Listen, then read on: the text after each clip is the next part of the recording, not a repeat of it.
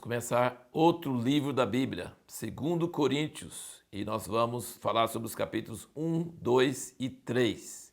Estamos seguindo essa tabela de leitura da Bíblia em um ano, e você deve sempre ler a parte daquele dia, aqueles capítulos marcados para aquele dia, antes de ver o vídeo, que aí você vai meditando primeiro com seus próprios pensamentos e depois vai ouvindo as minhas considerações, e aí vamos caminhando juntos pela Bíblia. Esse é um processo muito bom para aumentar seu aproveitamento, sua captação das verdades da palavra de Deus. Aqui no primeiro versículo fala o seguinte, primeiro versículo do primeiro capítulo de 2 Coríntios diz: Paulo, apóstolo de Cristo Jesus, pela vontade de Deus, e o irmão Timóteo, a igreja de Deus que está em Corinto, que é uma cidade na Grécia que existe até hoje, com todos os santos que estão em toda a Acaia.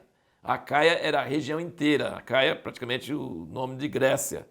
Então, Corinto era um centro de irradiação do Evangelho, e quando Paulo então escreve para a igreja em Corinto, ele está atingindo também os cristãos na região inteira.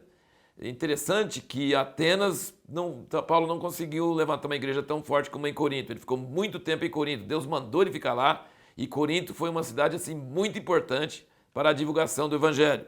Mas também, como nós vimos na primeira carta, tinha muitos problemas e muitas coisas que Paulo tinha que consertar. E aqui ele fala no versículo 8, ele fala: porque não queremos, irmãos, que ignoreis a tribulação que nos sobreveio na Ásia. Ele está falando lá de Éfaso, que é hoje a Turquia moderna, pois que fomos sobremaneira oprimidos acima das nossas forças, de modo tal que até da vida desesperamos. Então, assim, ele está escrevendo essa carta logo depois de um tempo de perseguição tão atroz que ele ficou pensando que talvez ia até morrer. Só que aí no versículo 5 e 6, que vem antes, ele diz: porque como as aflições de Cristo transbordam para conosco, assim também por meio de Cristo transborda a nossa consolação. Mas se somos atribulados, é para a vossa consolação e salvação. Ou se somos consolados, para a vossa consolação é a qual se opera suportando com paciência as mesmas aflições que nós também padecemos. E a nossa esperança acerca de vós é firme, sabendo que como sois participantes das aflições, assim o sereis também da consolação. Então, a aflição é uma coisa que tende a desanimar a pessoa de servir a Deus. Aquela semente que foi jogada no lugar e o sol brilhou e secou e não cresceu porque tinha solo raso em cima da pedra, na parábola do semeador.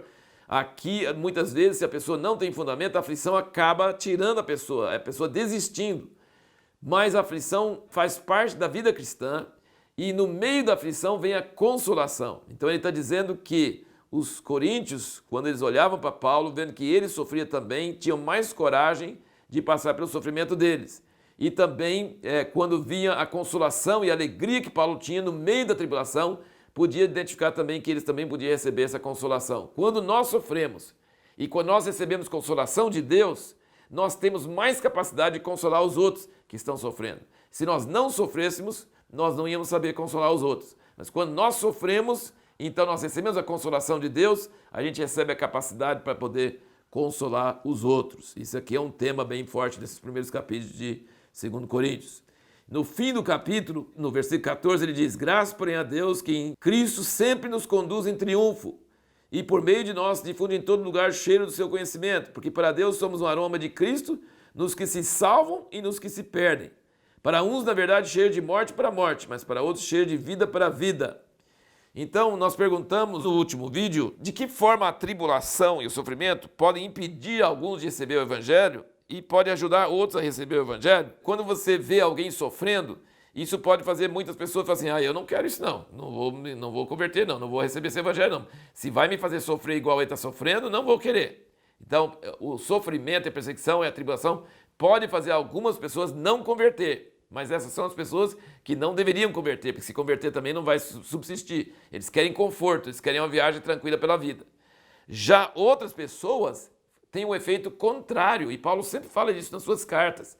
Mesmo quando ele está na cadeia, que ele fala que a prisão dele fez muitas pessoas ficar mais corajosas.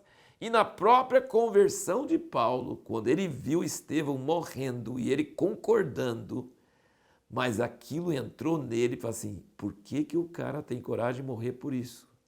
Quando você vê uma pessoa que tem coragem de morrer dentro de você e fala assim, deve ser uma coisa muito importante. Isso traz uma convicção. Isso, então, em vez de, às vezes, afugentar pessoas, pode atrair pessoas para o Evangelho, porque eles veem que não é conversa, não é teoria, não é entusiasmo, é algo vivo, algo forte na vida da pessoa. E por isso que ele está falando que pode ser para cheiro de morte para morte e às vezes cheiro de vida para vida. A mesma coisa que está acontecendo com as pessoas. Aqui no capítulo 2, no versículo 10 e 11, ele fala da mesma pessoa que ele tinha falado na outra carta, em 1 Coríntios 5, de 3 a 5, ele falou para entregar para Satanás, uma pessoa, porque estava vivendo com a mulher do pai dele, coisa absurda. Ele falou assim, não sei como é que vocês toleram, como é que vocês estão com isso é fermento, e o meu espírito junto com o seu espírito entrega para Satanás, para a destruição da carne, para que o espírito seja salvo. Ele refere a Satanás, fala que o espírito dele presente com eles para entregar a pessoa para Satanás.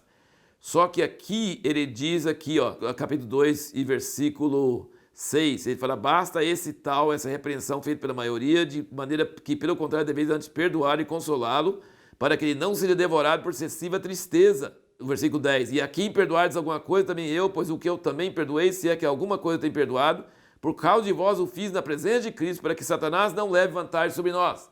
Então, referindo ao mesmo caso, eu acredito que seja o mesmo caso, ele está falando na outra carta que tem que disciplinar o cara. Não pode deixar essas coisas dentro da igreja, isso vai contaminar todo mundo. Tem que entregar ele para Satanás, para a carne ser castigada, para que ele arrependa e o espírito seja salvo. Então ele não é entregar para Satanás para ir para o inferno, não. É entregar para Satanás para que ele ele sofra as consequências do seu pecado, com tribulações, e aí Deus possa trazer arrependimento do coração dele. Aqui ele fala, não, mas perdoa, não deixe de ficar consumido por excessiva tristeza, porque para que Satanás não leve vantagem sobre nós. Então você percebe? Se você não disciplinar, Satanás leva vantagem. Se você não perdoar na hora certa, maneira certa, se a pessoa tem arrependimento, Satanás também leva vantagem. Então são duas lições sobre o mesmo caso. E aí chegamos nesse capítulo maravilhoso, o capítulo 3 de 2 Coríntios, é um capítulo maravilhoso da Bíblia, que compara a velha aliança e a lei de Moisés com a nova aliança do Espírito de vida em Cristo Jesus. E ele não tem vergonha, você pensa bem, para um judeu ortodoxo, que Paulo era, né, um fariseu dos fariseus, ele chama a lei de Moisés de ministério da morte. Ele chama de ministério de condenação. Ele chama que é aquilo que se desvanece, porque a luz do rosto de Moisés foi diminuindo até acabar. Ele fala que é o ministério da letra. E ele mostra aqui, ele fala tantas vezes, o Espírito aqui, a nova aliança está no Espírito. Nós vimos isso em Romanos. Em Romanos 7 fala a lei a gente não consegue obedecer. Ai de mim, miserável homem que sou, não consigo cumprir. O que eu quero eu não faço, e o que eu não quero isso acaba fazendo. Então a lei é boa, é santa, mas a lei faz surgir em nós morte. Né? Por isso que ele chama ministério da morte, ministério da condenação, ministério que acaba. Mas ele fala assim, mas o ministério do Espírito, o ministério da nova aliança, é o Espírito Santo dentro de nós que nos faz andar na lei de Deus. E aí ele termina o capítulo aqui, 17, 18 do capítulo 3, ele diz, ora, o Senhor é o Espírito, e onde está o Espírito do Senhor, aí há liberdade. Liberdade para quê?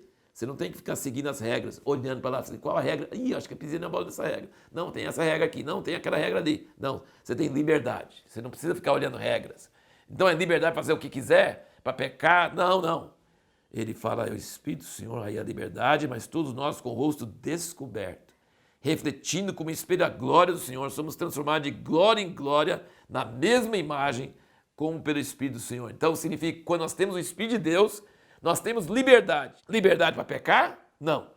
Liberdade da lei, porque nós vamos superar a lei, nós vamos ultrapassar a lei. Nós temos uma glória que não vai apagar, como apagou com Moisés, mas vai nos transformar na imagem de Jesus. Então vai nos levar à santidade. E isso é uma coisa tremenda. E aí ele comenta que os judeus têm um véu sobre seus olhos. Eles leem o mesmo Velho Testamento que nós temos, os mesmos livros, a mesma coisa, e não entendem o que a gente entende. Os olhos deles estão cegos, tem um véu. Mas quando vem o Espírito Santo e abre os olhos, eles falam, é Jesus que estava ali. É Jesus que cumpre todas essas palavras. Que Isaías 53 fala dele, que Salmo 22 fala dele, e tantas outras coisas, Cordeiro Pascual fala dele, né? Então, existe um véu até hoje, sobre a maioria dos judeus, mas que precisa ser removido para que a nova aliança entre mesmo em seus corações. E aí nós temos uma pergunta para o próximo vídeo, que é, É possível receber a graça de Deus em vão?